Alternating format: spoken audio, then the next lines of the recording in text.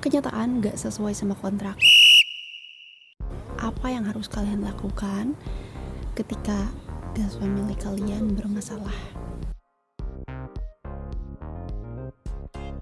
Jadi bagaimana ke ekspektasi kalian untuk menjadi seorang au pair? Aku harap gak begitu tinggi ya ekspektasinya, karena ini hampir 2 bulan aku jadi au pair dan banyak pesan yang ingin aku sampaikan pada kalian yang ingin jadi seorang au pair.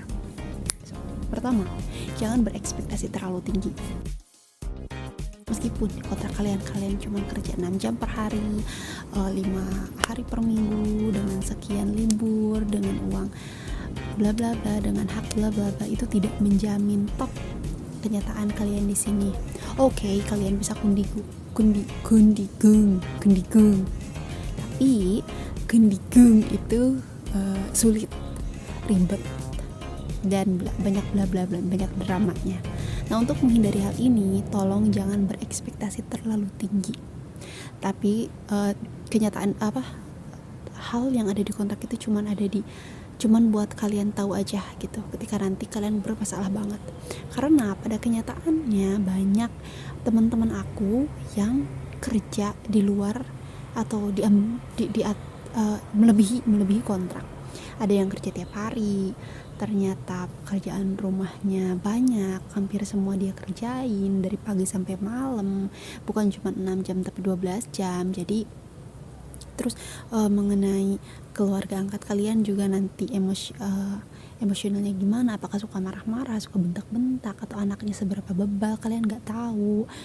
Jadi beneran jangan berekspektasi terlalu tinggi bahwa kalian nantinya bisa menye-menye, bisa santai, bisa banyak jalan-jalan. Mungkin bisa, tapi kan intinya jangan berekspektasi terlalu tinggi.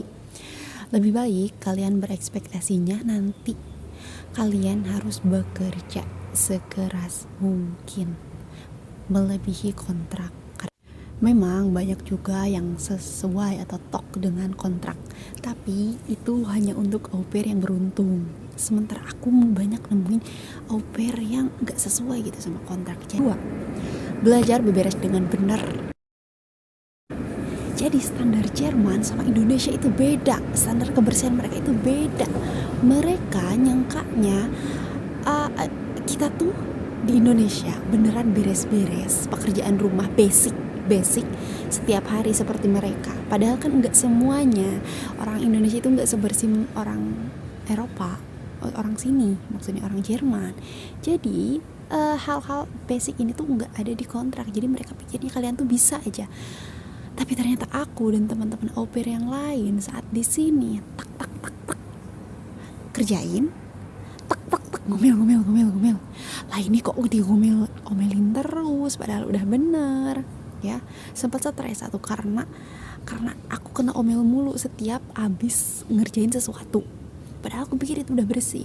Tapi sekarang setelah aku belajar, setelah aku lihat gimana cara dia beres-beres, ternyata oh iya ya, aku dulu emang gak sebersih itu dan cara aku salah. Ternyata ada teknik yang lebih betul.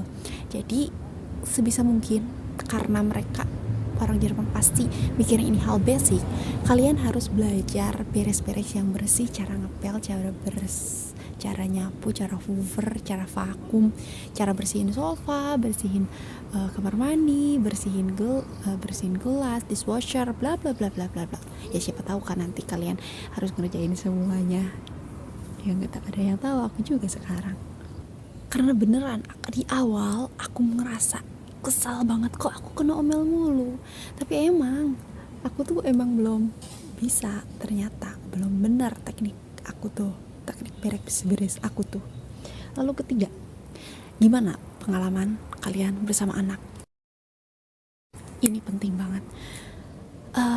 Entahlah, karena mungkin ibu angkat aku tuh berekspektasi tinggi juga ke aku gitu. Jadi dia kiranya aku bisa jagain 3 anak kecil, untuk membuat mereka duduk manis, belajar, main tanpa screaming, tanpa teriak-teriak, tanpa lari-lari. Tapi ternyata kenyataannya malah aku yang stres, maksudnya karena mereka tuh lincah-lincah. Jadi maksudnya Kalian gak tahu seberapa bebalnya nanti adik angkat kalian. Jadi sedari dini kalian harus beneran belajar cara jadi babysitter, karena emang harus belajar, learn. Cari tuh di YouTube bagaimana cara mengatasi anak umur sekian yang mau kalian jagain gitu. Karena beneran ilmu itu dibutuhin banget. Karena meskipun nanti anak keluarga angkat kalian nggak begitu bebal, tapi itu jadi bagus ya buat kalian ya, buat penilaian GF kalian gitu. Ya gitu, belajarlah cara jadi babysitter yang benar biar gak kayak aku. Meskipun udah 2 bulan mereka suka lari-lari dan aku kadang suka nervous setiap hari Sabtu Minggu karena itu jadwal aku buat jagain mereka. 4. Jangan hanya karena persyaratan au pair cuman A1, bahasa Jerman A1, kalian udah puas di level itu. Tidak kawan, tidak. Ujian sesungguhnya ada di keseharian. GF ku ini jago banget bahasa Inggris, jadi kami lancar ngomong pakai bahasa Inggris. Ketika berbicara dengan Jerman, aduh banyak salah paham. Pun ketika jaga anak, itu yang utama. Kalian tuh jaga tugasnya jagain anaknya itu jago bahasa, maksudnya anaknya itu berbahasa Jerman, tapi kaliannya nggak bisa bahasa Jerman. Kalian cuman bisa wie alt bist du, wo sind sie, wo bist du, bla bla bla bla bla, keseharian yang sederhana doang gitu. Enggak ada saat-saat dimana kalian pengen nasihati anak buat nggak ngelakuin A karena akan B. Itu tuh perlu keterampilan bahasa yang cukup mumpuni gitu. Jangan cuman A1, jangan puas di A1 meskipun nantinya kalian gak bakalan ausbildung tapi pulang lagi ke Indonesia. Tapi tolonglah setelah lulus ujian A1 jangan kayak aku yang santai aja deh gitu, kerjain yang lain. Tapi enggak, itu tuh waktunya kalian untuk melatih sampai sebisa kalian. Apalagi kosakata yang berhubungan dengan anak, misalnya jangan berteriak, ayo bermain, jangan kesana, harus kesini, bla bla bla, yang berhubungan dengan anak kecil. Ya begitu tips dari aku. Kalau misalnya aku punya tips yang lain, aku share lagi ke kalian. Kalau ada pertanyaan silahkan ditanyakan di komentar. Kalau ada topik lain, pertanyaan lain yang sekiranya bisa aku bahas, bisa aku share di sini, aku nanti share di masa depan. Terima kasih telah menonton, semoga bermanfaat.